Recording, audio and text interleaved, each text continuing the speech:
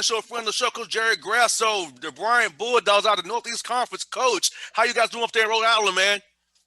Doing great, doing great. Appreciate you having me on. Coach, you guys have played 9 games, which is very lucky based on what we're dealing with COVID right now, man. So how blessed is your team to be able to play 9 games, be playing well as well? Could be 9-0 if you look at a play or two here or there, man. So how blessed is your team right now, knowing well our teams are going through in your conference and around where they don't play 1 or 2 games so far?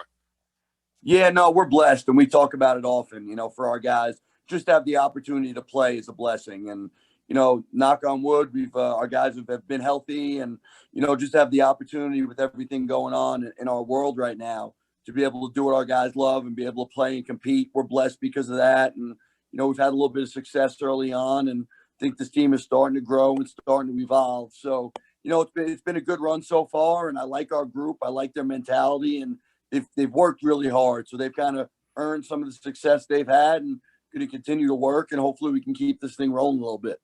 Now, Coach, how was the ramp up for you guys? I know they left campus in March there, didn't see them probably summertime. So how was that ramping up for them so they don't get into it too fast, cause an injury last all year long? So how was that for you and your team there?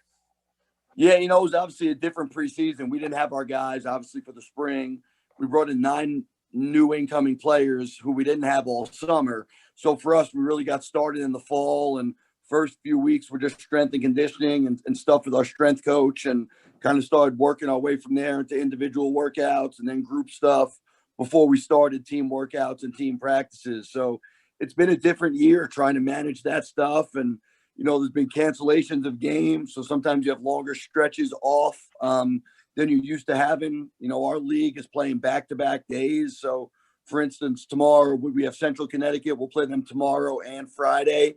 So that's been different, trying to manage guys' bodies playing double headers like that. So it's been different. It's been unique, but trying to do the best we can to manage our guys' bodies, but also keep them in shape and keep them sharp. So, it's kind of a fine line between trying to keep them healthy, but also keep them in shape and keep them sharp. So I think we've tried to manage that to the best of our ability.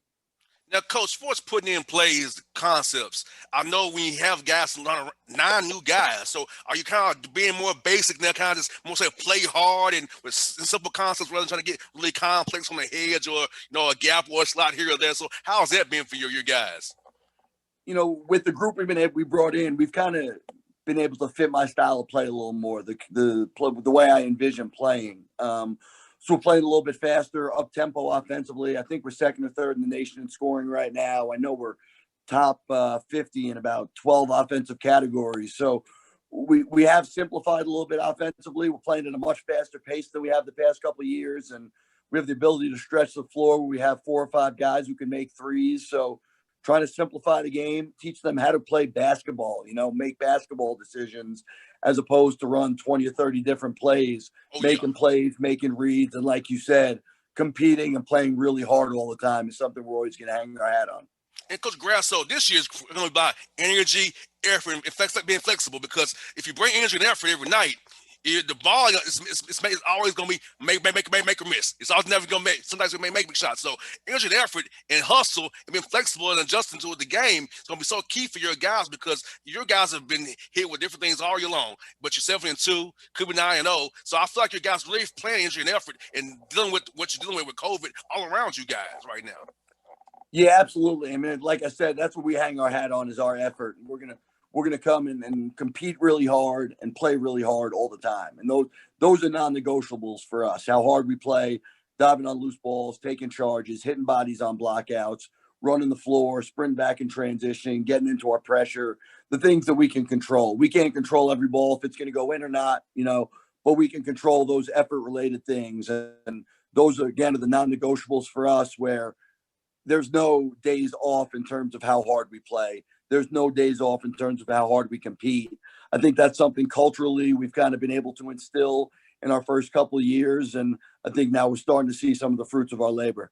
And playing fast this year, coach, is really, really key because if a team hasn't played in a while, seeing your pressure, how you cause teams to have chaos and rush their sets, it's going to hurt them, and your guys are used to it. So I feel like your style of play is real conducive to a COVID year where it's real kind of up and down, flexible, like you don't know what's going to happen, but your guys already trained that mode. So a team say, oh, it's like like a shock to their face. But I feel like, coach, your system is working good this year because guys are used to it already. They're not in shape the way your guys are. Yeah, for us, I mean, we've kind of made this year just more about us.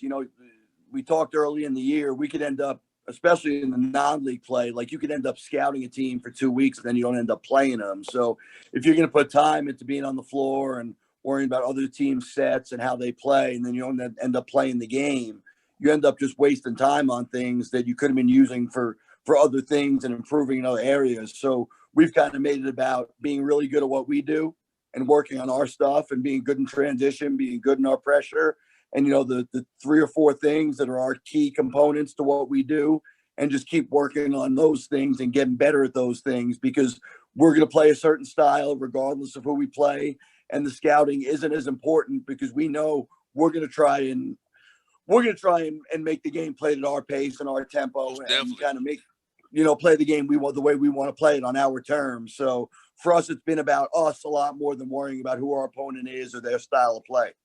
And coach, how have you used COVID to teach your young men about adversity and how, I'm in my 30s. So it's like, for me, I'm used to having adversity in my life. But your guys 18, 22 years old. So how have you worked on using this example of COVID, what's going on in our country, that shows them, hey, this is what's going to be your life the next 40, 50 years of having to overcome and be flexible, adapt, overcome, and conquer stuff that comes your way in your life? Yeah, no, listen, all those points you just made are things that these guys, talking about 18 to 22-year-olds, who many of them have never gone through something like this, and kids who have been in college already that then came back to campus and we have a curfew and we can't do certain things and the cafeteria is different. You can't do certain things at certain times and you're getting tested all the time. You're walking around with a mask on. So I think a lot of it just is teaching our guys about discipline and accountability, and also to be really thankful for what we have. We were blessed enough that we stayed on campus the whole semester. Our classes met in person, which a lot of universities weren't able to do. We made it through the full semester, which a lot of universities weren't able to do. We've been able to get on the floor, knock on wood, and play 9 games so far and stay healthy, which some teams haven't been able to do. So biggest thing for me is that our guys don't take that for granted, because it's a blessing, to be on a college campus and be able to stay healthy, get your education, still spend time with your friends. And although it's different, and although some of the social things they're able to do, they can't do, okay, so we're going to move on and we're going to handle ourselves a little differently. And we're going to have to be a little more disciplined in our lifestyles and the way we carry ourselves every day. But that's real life. And like, Most you're going to definitely. have to adjust. We talk all the time. There's going to be adjustments through this whole deal, and they're going to come on a daily basis. And we're going to have to make the adjustments and keep our head up and move forward and keep working really hard at what we do to keep improving. And I think our guys have kind of attacked that and have done a really good job understanding those things and having the maturity and responsibility to act the right way. I tell my interns that too, coach. Like, hey, man, look, this is life. They go to Morehouse and Clark, Atlanta, and Georgia State. I said, look here, this is life. This is what's gonna happen. So you have to really adjust. And radio is changing now. Like radio, we're doing Zooms now, not the phone. It's video now, radio. So it's like Yep. our world is changing around us. Sometimes for the better. In some case, like radio with the video, but it's all about life. It's gonna throw you a curveball. We think it's all good. Life gonna throw you that slide piece and challenge you to be better than what you were. No question. And this hasn't been easy for a lot of young men and women and students and student athletes. And, forget about people across the country. They've had hard times. And you have to learn that there's going to be adversity. You're going to have to kind of take it head on and figure out what the next step is and how you're going to handle those situations, and do everything in your power to stay safe, stay healthy, keep the people around you safe and healthy. And when there is an issue, you deal with it and you move forward. But I think in a way, there's some things that this have been good because young men learn responsibility. And I think it has helped them mature quicker because it's not what they're used to. Oh And yeah. kids are used to going and doing things the way they're used to doing it. When they're taken out of their comfort zone, how are they going to react? So I think guys have learned kind of to adjust to some things out of their comfort zone, which at times is good. And coach, I know you all played Syracuse tough and up there at their place. What was that experience for you guys going to Carrier Dome and competing against Jim Boeheim's team, knowing that hey, you're in AC school, they're ACC school, big time, and your guys went up there not scared, compete like hell against those guys. Yeah, no, listen, our guys went up there. We were definitely weren't afraid. You know, I have some tough competitive dudes, and our guys went up there ready to hoop. And, you know, it was a game we obviously had an opportunity to win. We missed 2 shots in the last 7 seconds that could have won it. And it wasn't a game where we went up there and, you know, it would have been a fluke if we won. I think we went up there and went nose to nose with them and put ourselves in position to win. It's credit to our guys. And obviously we were able, the biggest thing for me was you go there and do that. And then the next 2 games you come out and lay an egg because you feel good about yourself because you had some success there. And our guys came and bounced back. We go to New Hampshire a few days later, beat a good New Hampshire team at New Hampshire. So it was a great experience for us playing in the Dome, have an opportunity to beat those guys. But I think it was good confidence for our guys to understand that we can play with anyone and we're not afraid to play anybody anywhere. We'll play anyone. And, you know, as we move forward, building our conference and non-conference schedule, that's one of those things. Those are the kind of games we want to play in. Our guys come here to play against good teams, have an opportunity to play on national television in great venues. And that was one of those special opportunities for our guys. And I think our guys obviously had a great showing and unfortunately we weren't able to finish it out. And coach, we all look for a lot of teams when they have a loss, how they bounce back. Because you feel like make one loss turn into 2 losses, 3 losses, 4 losses. Coach Pitts House always says we don't want to make one loss come with a second loss. So I love how your guys took 2 losses, but have bounced back from them and won the game because you don't go that bad. You don't want that one become 2 and 2 become 3. Yeah, I think we have guys who want to win. We have a competitive bunch, and they've responded the right way. You know, we've lost 2 games. Obviously, the Syracuse game being the first, there we had an opportunity to win. Then we lost to St. Francis, Brooklyn, where we're up 15 points with 10 minutes left. They made a run. We ended up losing another game where we had a shot to win it at the buzzer, and our guys responded and bounced back. And you know, we lose to St. Francis, Brooklyn. We have Stony Brook here, who's in first place in their conference, and they come in and our guys were down at half and responded in the second half and ended up winning by double figures. So I think it shows our guys have a little bit of resolve and some toughness. And again, you have to find a way. Not every game is going to be pretty. Not every game is going to be played the way we wanted to, but we're going to have to find a way to play through adversity and play through some struggles. And we're able to do that in those games. So it's part of a season. You know, you evolve, you learn about your team, you go through some ups and some downs, and you find out what kind of toughness do you have? What kind of competitiveness do you have? And I think our guys have responded the right way for the most part. Got 2 more for you, coach. Now, looking at this year, coach, the way it is, man, you're going to let them know about you guys who they ballers who love the game of basketball. I feel like this year going to show who really loves the game and who doesn't because this year is not going to be easy like it used to be. I can't walk. You have to really adjust. You have to really be a target, be a self-motivator, and you have to call yourself accountable on a lot of things. So, coach, how you loving seeing how this year going to show you who really are the ballers who love basketball, who are those dogs who you can count on anytime, any place. Yeah, I think we have those kind of guys. I mean, that's one of the things I've kind of learned about this group since they've gotten here. They've lived in the gym. You know, we have a team full of gym rats. They want to play. They want to compete. They're just excited for upcoming games. You know, so they're a group of ballers. They love games.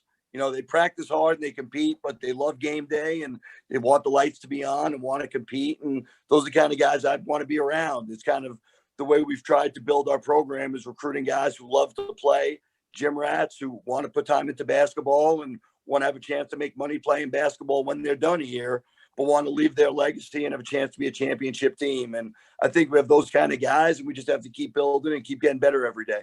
That's what that for a coach is. A lot of people don't realize that a head coach is more than just X's and O's. You're like the father figure, the brother, the friend, the cousin, the counselor, the mentor. You're everything. You're a psychologist. Like you have so many layers to that head coach role. But tell listeners about that role is how it's more than just X's and O's and timeouts and plays.